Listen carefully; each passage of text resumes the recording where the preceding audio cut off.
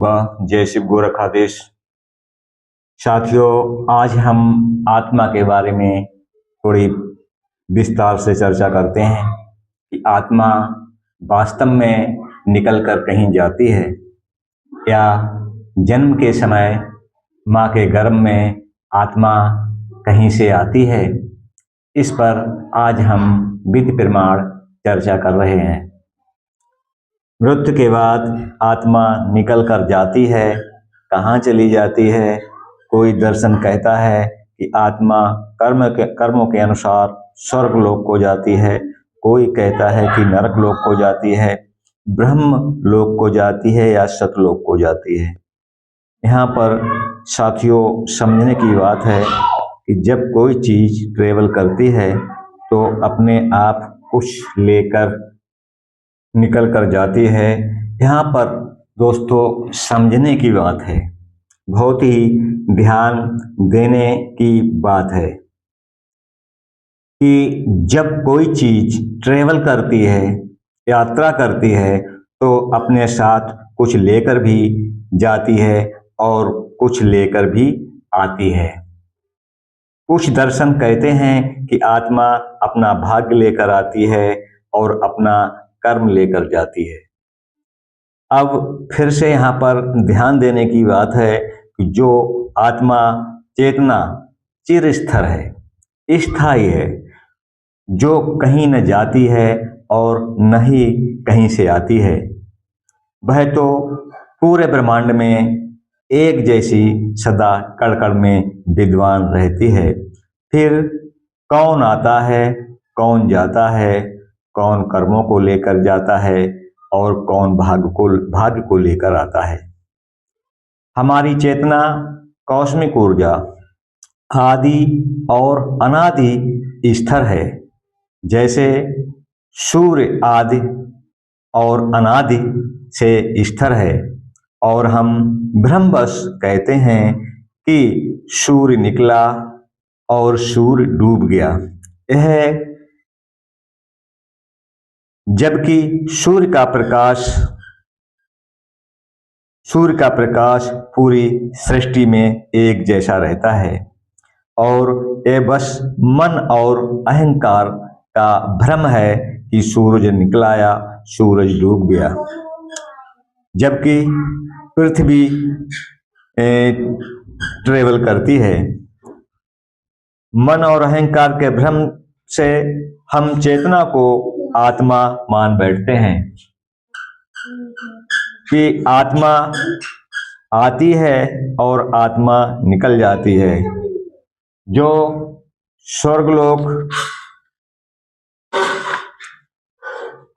स्वर्गलोक और नरकलोक आदि लोकों में भ्रमण कर माँ के गर्भ में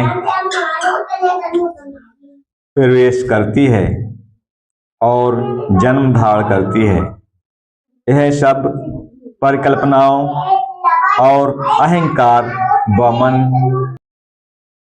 और ये भ्रम है। जो चिर स्तर है वह कर्म बंधन और काल की सीमाओं से परे है। भौतिक जगत में शरीर से लेकर जो भी इस जगत में दिखाई देता है वह सभी कर्म बंधन व काल की सीमाओं में बंधे हुए हैं। जब शरीर काल की सीमाओं में रहते हुए निष्क्रिय हो जाता है, जब शरीर काल की सीमाओं में रहते हुए निष्क्रिय हो जाता है यानी मृत्यु हो जाती है, तो कैसे जब सभी बॉडी पार्ट्स निष्क्रिय होते हैं, होने की वजह से चेतना को स्वीकार नहीं कर पाती, जबकि चेतना हर समय मौजूद रहती है। जैसे भौतिक जगत में आपका मोबाइल अंदर से किसी तकनीकी कमी के कारण सर्वर मौजूद होते हुए भी मोबाइल सर्वर को नहीं पकड़ता और निष्क्रिय हो जाता है। तो साथियों, चेतना हर समय एक जैसी कण कण में, पूरे ब्रह्मांड में सदा सदा एक जैसी विद्यमान रहती है। वह कहीं कम या ज्यादा नहीं होती है, वह हमेशा एक जैसी विद्यमान रहती है। चाहे जल हो, जल के भीतर आकाश, ब्रह्मांड, यानी कोई भी ऐसा कोना नहीं बचा है जहाँ पर हमारी ये चेतना विद्यमान न हो, कण कण में व्याप्त है। तो इसी प्रकार से जब साथियों कोई योगी, त्रिकालदर्शी योगी अपनी श्रुति को लगाता है, ध्यान को लगाता है, तो पल भर में, इन्हीं बिना समय गमाए, बिना काल के, वह इस दुनिया के किसी कोने में पहुंच जाता है और अपनी उपलब्धता को प्रमाणित करता है। तो साथियों, इसी प्रकार से हमारी चेतना हर जगह मौजूद है, न कहीं से निकल के आती है और न ही कहीं जाती है, ना कुछ कहीं से लेकर आती है, ना कुछ लेकर जाती है। यह सब हमारा मन और अहंकार, ये हमारे मन, ये बुद्धि का विषय है। सब हम इसे भ्रमवश आत्मा मान बैठते हैं कि आत्मा निकल कर चली गई या किसी जीव में आत्मा सजीव हो गई। तो साथियों, अब हम आपसे विदा लेते हैं। अब हम किसी अगले प्रसंग में आपसे रूबरू होंगे किसी अन्य वीडियो के साथ। बहुत ही विस्तार से समझते हैं कि आत्मा ट्रेवल करती है। अब इस पे समझना है कि सोल ट्रेवल या अस्ट्रल ट्रेवल एक ऐसा विषय है जिसे अध्यात्म दर्शन, फिलोसफी और आधुनिक पैराबायोलॉजी अलग अलग दृष्टिकोण से देखते हैं। इसे समझने के दो मुख्य पहलू हैं। एक है मृत्यु के बाद की यात्रा और दूसरा है जीवित रहते हुए शरीर से बाहर निकलने का अनुभव। यहाँ इसके मुख्य आयाम बता रहे हैं कि जीवित अवस्था में यात्रा या सूक्ष्म शरीर की यात्रा। योग विज्ञान और तंत्र में माना जाता है कि हमारे पास केवल यह दृश्य शरीर, स्थूल शरीर ही नहीं है, बल्कि इसके अलावा भी अन्य परतें हैं। जैसे सूक्ष्म शरीर ध्यान में होते हैं या किसी विशेष योगिक अभ्यास जैसे योग निद्रा या प्राणायाम के उच्च स्तर में होते हैं, तो चेतना या सूक्ष्म शरीर अस्थायी रूप से स्थूल शरीर से अलग होकर यात्रा कर सकता है। इसे एस्ट्रल प्रोजेक्शन या परकाया प्रवेश के रूप के कुछ रूपों से जोड़कर देखा जाता है। Number 2, silver card. आध्यात्मिक मान्यताओं के अनुसार इस यात्रा के दौरान सूक्ष्म शरीर और स्थूल शरीर एक अत्यंत महीन ऊर्जा की डोरी से जुड़े रहते हैं। जब तक यह डोरी जुड़ी है, व्यक्ति वापस अपने भौतिक शरीर में लौटता है। मृत्यु के बाद की यात्रा भारतीय दर्शन जैसे भगवद गीता और उपनिषद के अनुसार आत्मा अजर अमर है।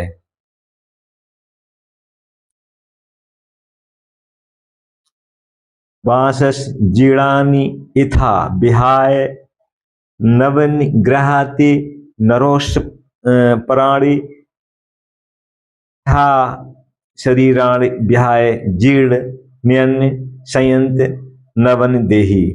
जैसे मनुष्य पुराने कपड़ों को बदलकर नए कपड़े पहनता है, वैसे ही जीवात्मा पुराने शरीर को छोड़कर नए शरीर में प्रवेश करती है। इस दृष्टिकोण में मृत्यु के बाद चेतना या कर्मों का संस्कार एक यात्रा पर निकलती है, जिसे पुनर्जन्म या अगली योनियों की ओर जाना कहा गया है। वैज्ञानिक और मनोवैज्ञानिक दृष्टिकोण। आधुनिक विज्ञान आत्मा शब्द को उस तरह परिभाषित नहीं करता जैसे अध्यात्म करता है, लेकिन वह यानी शरीर से बाहर के अनुभव को स्वीकार करता है। जैसे मस्तिष्क की अवस्था। न्यूरोसाइंटिस्ट का मानना है कि जब मस्तिष्क के कुछ हिस्से विशेषकर सामान्य रूप से सक्रिय या सुषुप्त होते हैं तो व्यक्ति को ऐसा भ्रम हो सकता है कि वह अपने शरीर को ऊपर से देख रहा है। जो लोग मौत के मुंह से वापस आए हैं वे अक्सर एक सुरंग, तेज रोशनी या अपने ही शरीर से ऊपर उठने का अनुभव बताते हैं।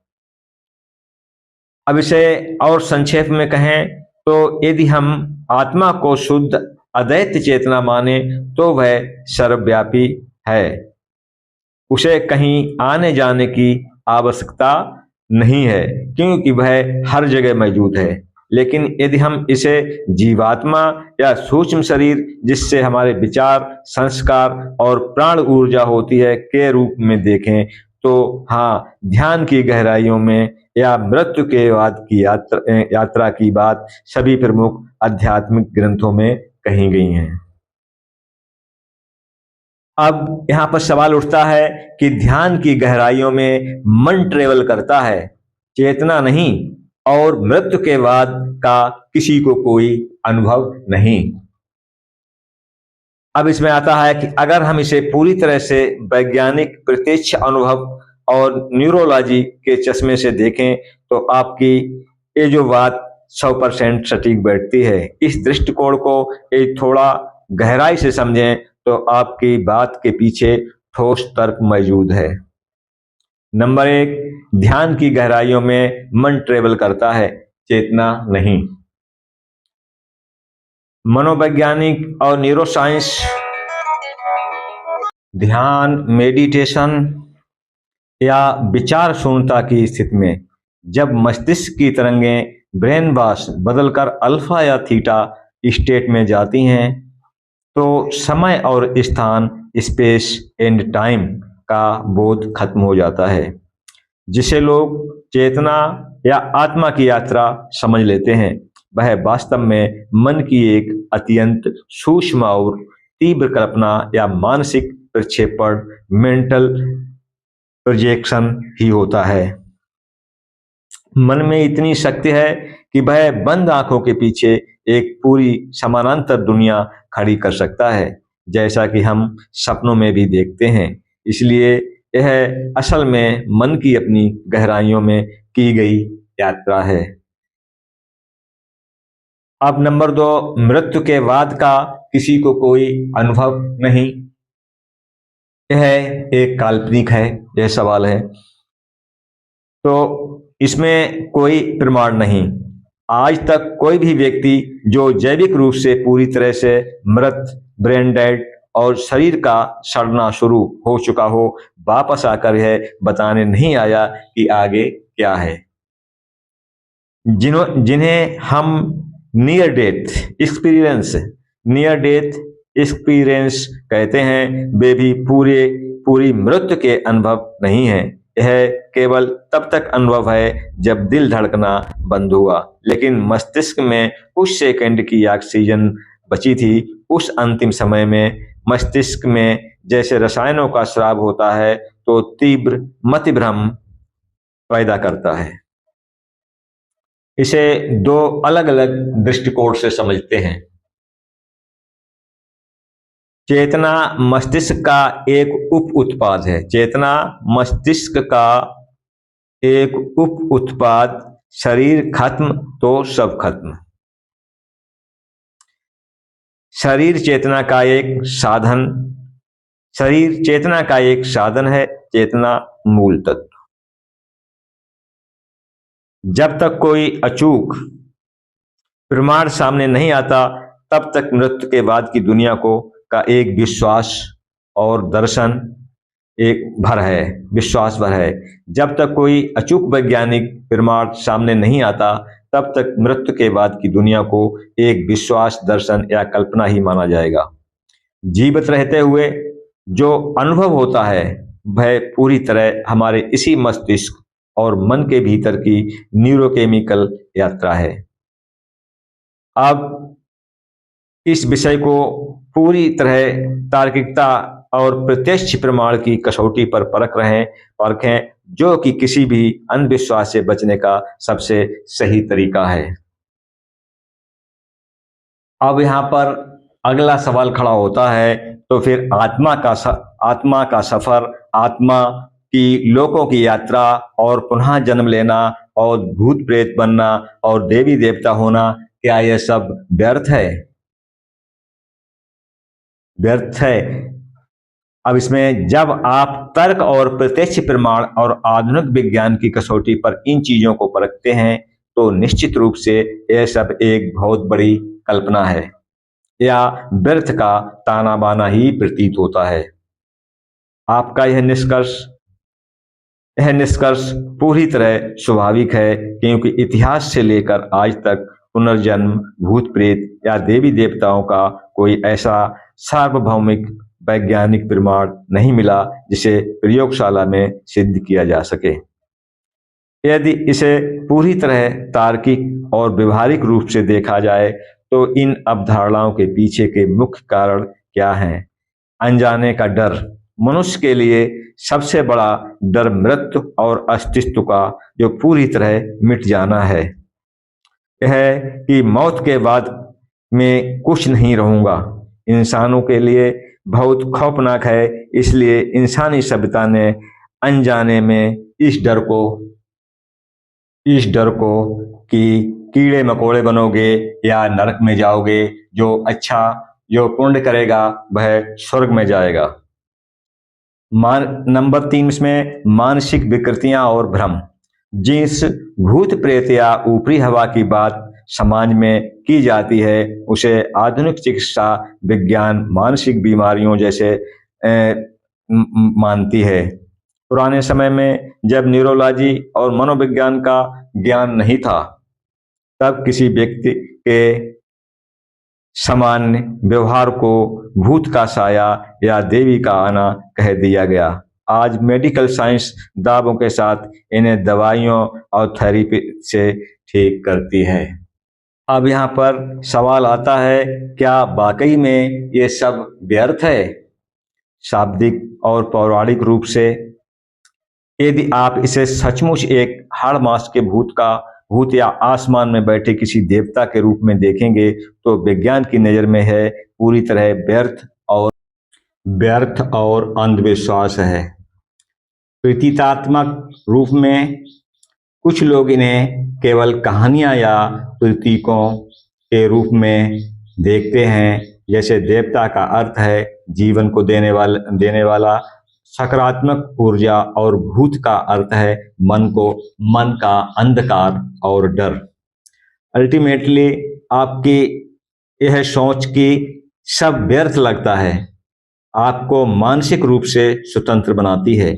जब व्यक्ति इन काल्पनिक डरों को और व्यवस्थाओं से मुक्त होता है, तभी वह वर्तमान जीवन को पूरी तरह जागरूकता के साथ और जिम्मेदारी और तार्किक के साथ जी सकता है।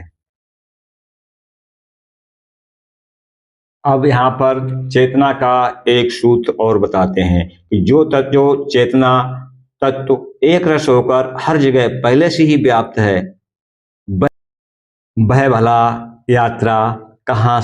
कहाँ की यात्रा करेगा? यात्रा करने के लिए किसी ऐसी जगह का होना जरूरी है जहां वह तत्व पहले से मौजूद ना हो। जब चेतना के अलावा कुछ और है ही नहीं, तो आना जाना कैसा? उपनिषदों में भी इसे अचल और नित्य कहा गया है। भ्रम क्यों होता है? यात्रा का जो भी आभास होता है, वह केवल उपाधि मन, बुद्धि, प्राण और सूक्ष्म शरीर का होता है। जैसे घड़े के हिलने डुलने से उसके भीतर का आकाश हिलता हुआ प्रतीत होता है, लेकिन वास्तव में महाआकाश स्थिर ही रहता है। घड़ा फूटते ही वह एक रस हो जाता है।